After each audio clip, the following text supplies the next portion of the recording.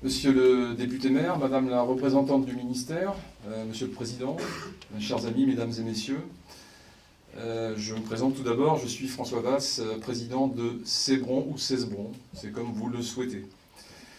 Tout d'abord, je tenais à remercier très chaleureusement Gérald Cavalier et ses équipes pour nous avoir fait confiance pour la réalisation de ce nouveau laboratoire d'essai du Sémafroid. C'est aussi pour moi l'occasion de présenter Cesbron en quelques clics, qui devraient arriver.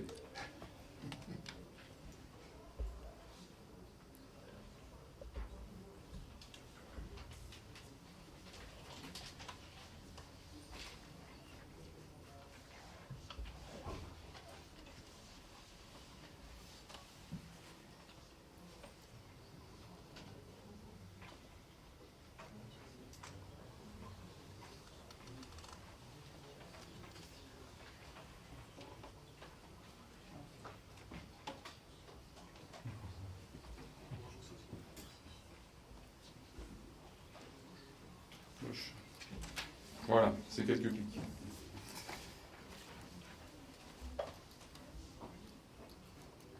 Parfait. Donc notre entreprise, c'est pas la bonne slide. Voilà, notre entreprise est centenaire. Nous avons fêté les 105 ans en avril dernier. En 2015, nous avons réalisé 103 millions d'euros de chiffre d'affaires avec nos 800 collaborateurs qui sont répartis sur 60 agences en France.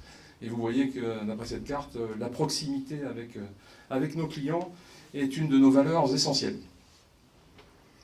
Et nous disposons également de 6 pôles d'activités spécialisées, 6 pôles d'expertise, dont les applications spéciales représentées par Christian Rabin qui va poursuivre cette intervention après moi.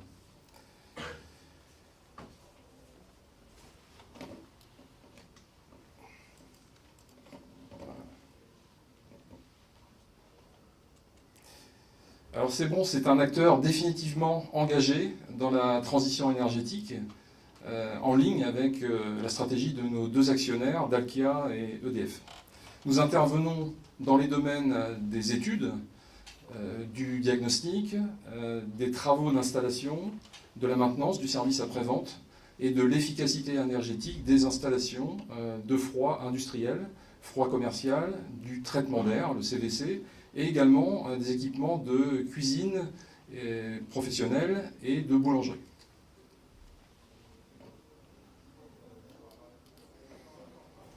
Alors j'enfoncerai quelques portes ouvertes, mais la maîtrise des coûts d'exploitation, c'est un enjeu majeur de la compétitivité des entreprises, et cela passe souvent par l'optimisation et la réduction des consommations énergétiques.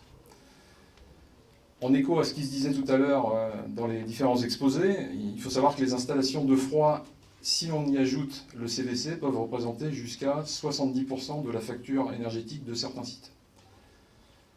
Donc c'est pour cette raison que nous avons développé OptiEnergy.